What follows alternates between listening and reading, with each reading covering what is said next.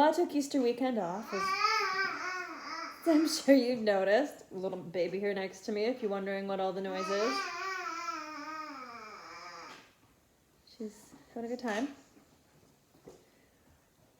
So I thought we'd take it easy this week. I have that book review that I've been putting off since, I think, last July. My friend Cheyenne lent me this book, The Wives, which I guess I'll give it back when I go back to work. Cheyenne, I'm so sorry. I guess I could always go and see you.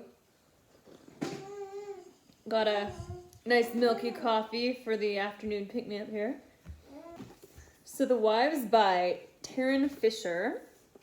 Quite the interesting book. I don't want to spoil it for anyone, but it was a very interesting book. I'll read the synopsis on the back for you so you can hear what it's about before I give my little review.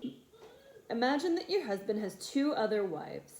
You've never met the other wives. None of you know each other, and because of this unconventional arrangement, you can see your husband only 1 day a week. But you love him so much that you don't care, or at least that's what you've told yourself. But one day when you're doing laundry, you find a scrap of paper in his pocket. An appointment reminder for a woman named Hannah, and you just know it's another of the wives. You thought you were fine with your arrangement, but you can't help yourself. You track her down, and under false pretenses, you strike up a friendship. Hannah has no idea who you are. Then Hannah starts showing up to your coffee dates with telltale bruises, and you realize that she's being abused by her husband, who, of course, is also your husband. But you've never known him to be violent, ever. Who exactly is your husband, and how far would you be willing to go to find out? And who is his mysterious 3rd wife? Interesting, right? Anyway. Now this book, I feel like Cheyenne bought it because it was 25% off, which Cheyenne, I would have too.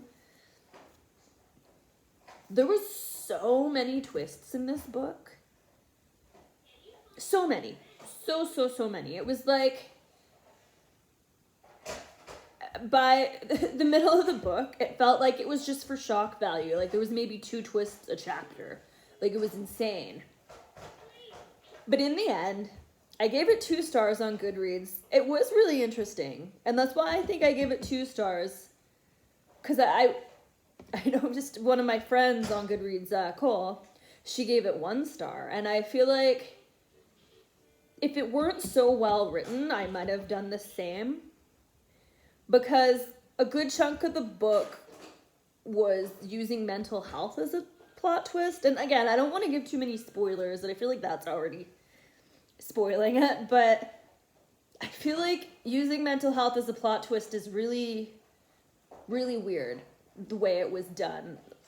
Like, it made you wonder if any of the book was real at all, basically. But I do recommend reading it because other than that abundance of plot twist and the weird use of mental health as the plot line, out of nowhere, by the way, I do think it was well written and deserves a read.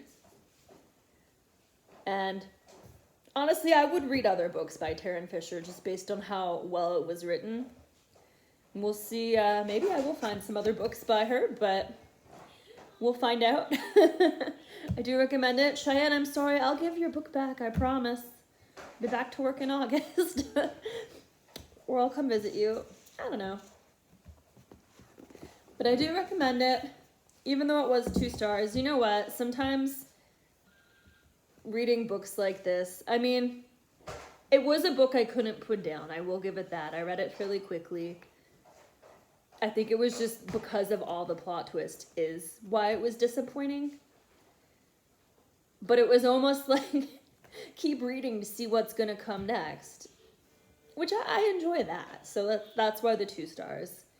But anyway, I think next week we're going to have maybe a cooking video. I have that Neopets cookbook I got for Christmas still. So maybe we'll do something out of that. One of my friends also wants me to try some snacks that I used to work for a lot of different Hilton brand hotels, and they've changed their Canadian guidelines for their stores and their hotels about what Canadian foods they're gonna sell. And she wants me to try all of the ones I haven't tried. So I don't know if maybe that'll be my next little food series, but we'll see. I mean, it's for like the sweet shop in a hotel, so it's mostly candies or chips. So I don't know if I want that. We'll see what happens.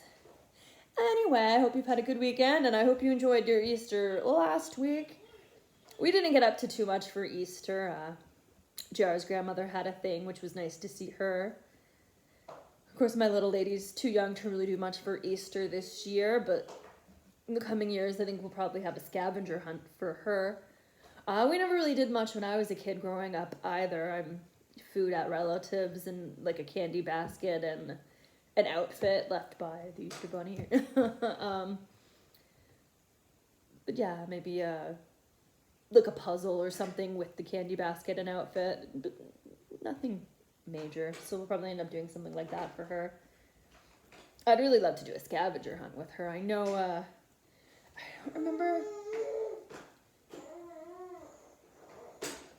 don't remember who. I think it was maybe my brother's ex-girlfriend. We were at her house for Easter and had a scavenger hunt. I'm pretty sure it was hers.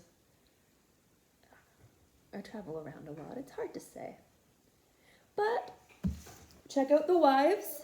It was very, very interesting. And it's really not that long. It's 320 pages, so fairly average, I'd say, for one of these types of books. So yeah, enjoy, have a good day, and we'll see you next time.